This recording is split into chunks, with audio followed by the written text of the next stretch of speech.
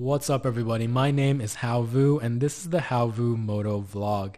Today's episode is really just about me sharing some things that I've learned and encountered on my motorcycle journey, which started January of this year, January 2020, on a 2019 Honda CB300R.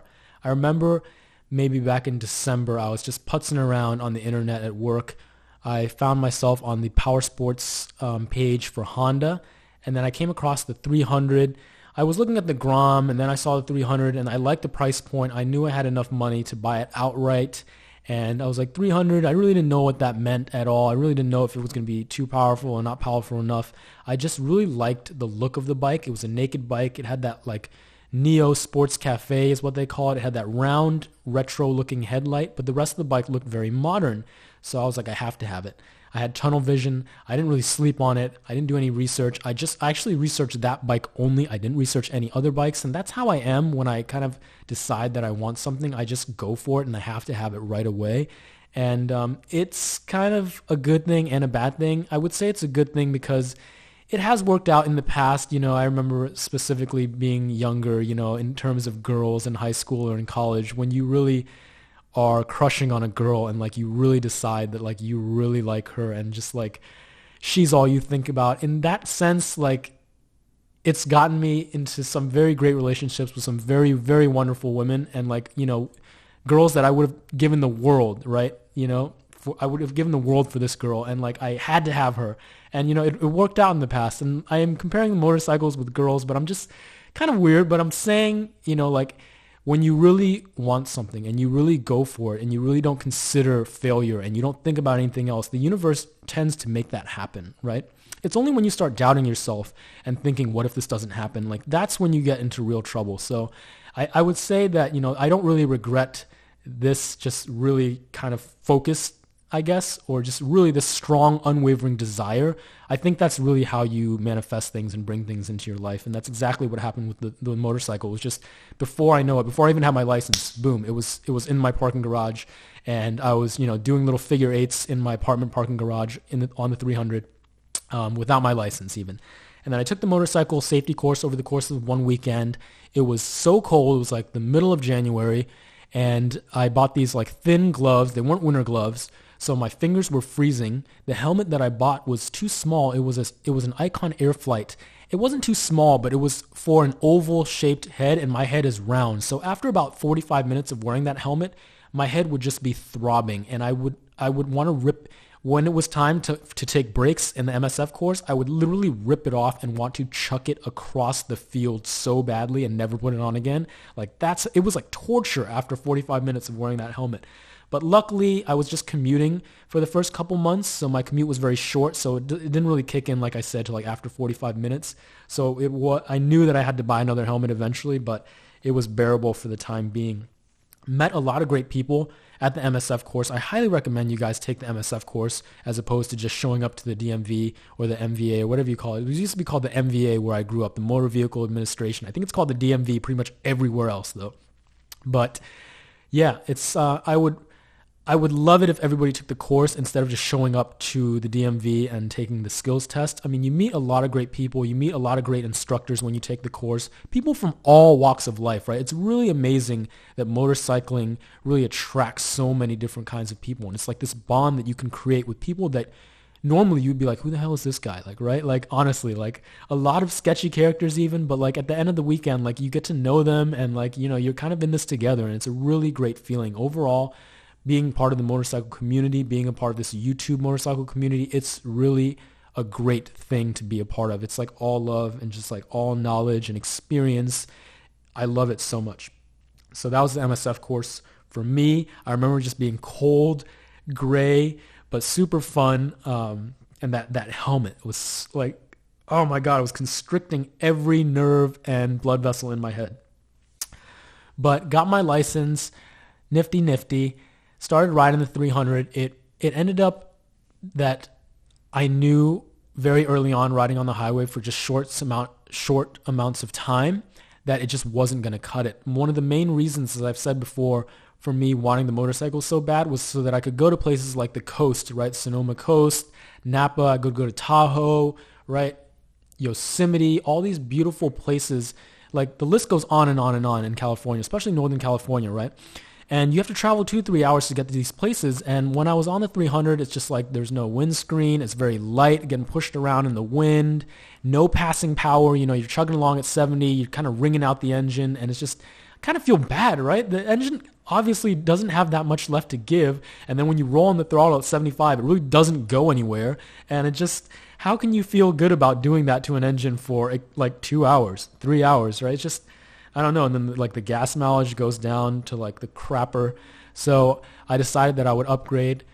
I came across the 500R, been riding it ever since, and I am in love with it. I am super in love with it. I'm super happy about it. So all my other videos are about the 500. This video is just more personal about my journey, just the things that I've come across in the past couple of months. I do want to talk about gear, the wonderful world of gear. I know I touched a little bit about the helmet, but gear is expensive, guys. So if you're a new rider, definitely know that. It's going to be a big chunk of your budget buying good gear. And I say good gear because you definitely can buy cheap gear, but stay away from the cheap gear, right? Get the best gear that you can afford. And you'll find that certain brands are better than others. I found personally that the Italian brands, Dainese and Alpinestars, they're going to be more expensive, but I think they're a little bit more quality than the other brands. I tried on a lot of stuff. I will say that online you're going to get the best selection, RevZilla or CycleGear.com. I do recommend CycleGear over RevZilla. I think they kind of tap in from the same warehouse. It's pretty much clear to me that they do that. But with CycleGear, they have so many locations. So if you live even remotely close to a CycleGear, buy it online, right? Because you can return it in the store. And I'll say this, I don't feel bad about shopping for things. And if I'm looking at a pair of gloves or if I'm looking at a jacket and if I'm paying $50, $100, $200, $300 for something, I'm going to make sure it fits me like a glove. I'm going to make sure that the quality is on point. I'm going to make sure that the color and the style looks exactly like I expected it to. So if I have to buy a couple, if I have to buy a medium glove and a small glove, if I have to buy this jacket and this jacket with the intention that I'm only going to keep one, for sure I'm going to do that and just go to the store and return the other one. Like for sure, I'm sure they want your business. They don't really seem to care if you do, I'm not buying like 20 things at a time, but definitely I'm not afraid to just be able to take my pick. I noticed that RevZilla, they make you pay for return shipping and like print out your own label, and that is just ridiculous to me in 2020. Like free return shipping is like the gold standard. Like don't make me pay for return shipping. That is ridiculous, right? Like don't make me print out my own label. There should be a link that you send me or you tell me to just go in the store and it's just like hassle free. Like the days of like hassling people on returns and making them pay their own return shipping. Oh my God. Like if you have to do that, just walk away. Just like never order from that place again. That's just a little bit tangent there, but you can tell I'm very passionate about that. Like don't ever pay for return shipping. That's ridiculous. I wanted to say that definitely don't cheap out on your gear, right? And if you live in a climate where there are multiple riding seasons, know that you're going to have to buy winter gear as well as summer gear, right? So that just adds up, and you're going to want to buy good quality gear. But at the same time, you might grow out of the things that you buy. This might be a yearly expense, or maybe every other year, you have to keep on investing in yourself as your tastes grow and, as you may be physically growing. I know I'm certainly not physically growing. I'm a very small guy, by the way, 5'8", 130 pounds. I recently lost about 15 pounds since I stopped eating meat last year, but that is neither here nor there. But I do want to emphasize that I'm a small dude. It's very hard for me to find clothes that fit, especially here in America. If I go overseas, if I go to Vietnam, I'm Vietnamese American. I was born here. My parents were born in Vietnam. They're small, tiny little Vietnamese people. I'm actually bigger than both of my parents. But like I said, in terms of finding a jacket that fits, especially a leather jacket that fits, it's damn near impossible. Like walking into a mall, guaranteed I'm not going to find anything that fits me. That's just like the life that I've lived with that for my whole life. Just like very hard to find clothes that fit, especially something like a leather jacket where you really want it to fit like it was made for you, like it was like a tailored fit. Something like a suit and a leather jacket, like it just looks too dumb, and it's not even practical at that point when it's a little too big for you. So I will say that the Dainese brand, I bought my summer jacket from Dainese, and it's like European sizing. But not only that, I think Italians are also kind of small people as well, because that 44 that I bought, it fits me like a glove. And I'm like literally the size of like a freshman in high school. Like maybe there are even 8th graders probably that are bigger than me. You know, kids are huge these days.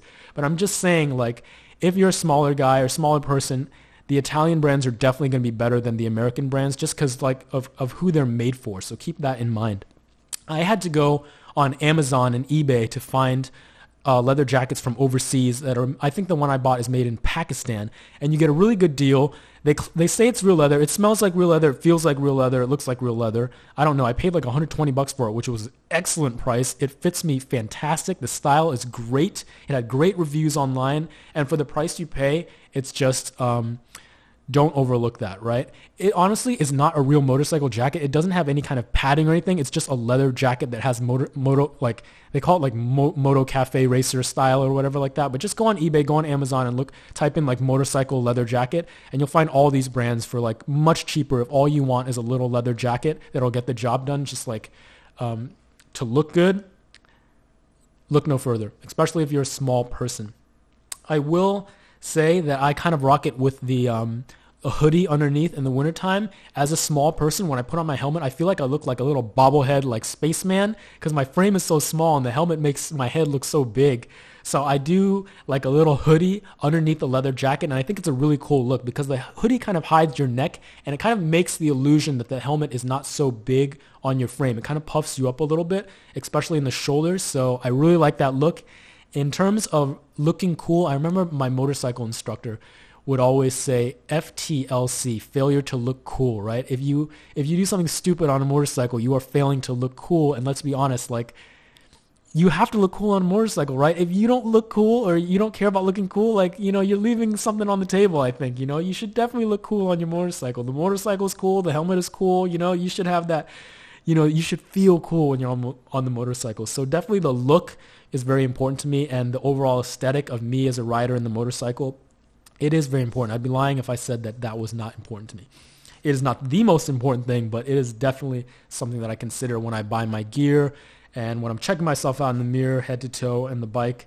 You know, definitely something that I consider. Also, I want to talk about earplugs. For the longest time, I was riding on the highway without earplugs and just probably really messing up my hearing, just that constant like wind noise. I think they say over time that really damages your hearing.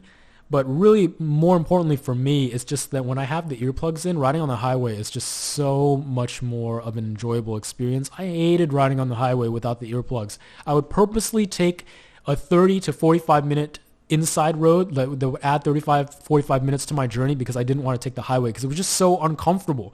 But with the earplugs, it's even if the wind is blowing you, it's just like, it's not a big deal because you don't hear it. It's just like, it's crazy how much blocking the noise really helps out in terms of the overall comfort and experience, especially if you're doing it for an hour, 2 hours, right? Earplugs, earplugs, earplugs. So that pretty much brings me to current day. I'm riding on my 500. I'm absolutely loving it.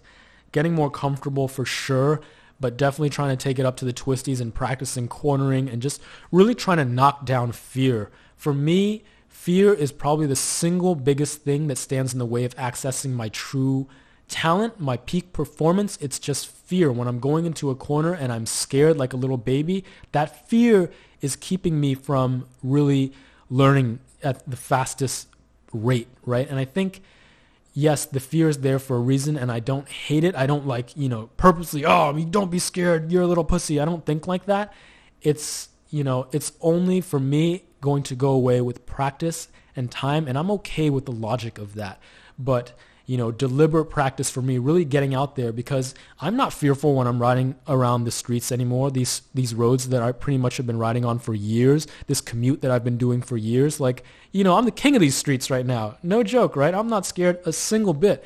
But when I go to the twisty mountain roads, that's when it kicks in. So I know that just with time, I need to go out of my way to deliberately do that. Because if I'm not deliberately doing that, how often am I going to go up there, right? It's just like, then how much longer is it going to take for me to get to a point where I'm super confident and I can access my true potential, my true raw talent, right?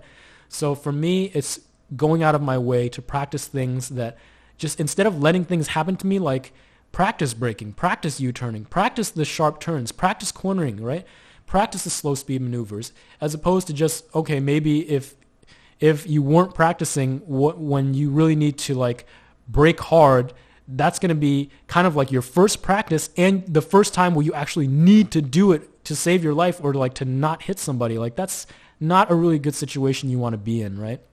So I'm trying to get out there to deliberately practice, trying to enjoy myself, learning so much as I go. So that's it, guys. Thank you for tuning in. If you have anything you want to say, if you want to straight up roast me in the comments, please do so. If you want to share your knowledge, if you want to ask me some questions, feel free. The space is completely yours. I thank each and every person who has subscribed and liked and commented on the video. It means so much. I can't even explain to you how much it means. It's really, really cool, guys. Thank you again. I'll see you next time.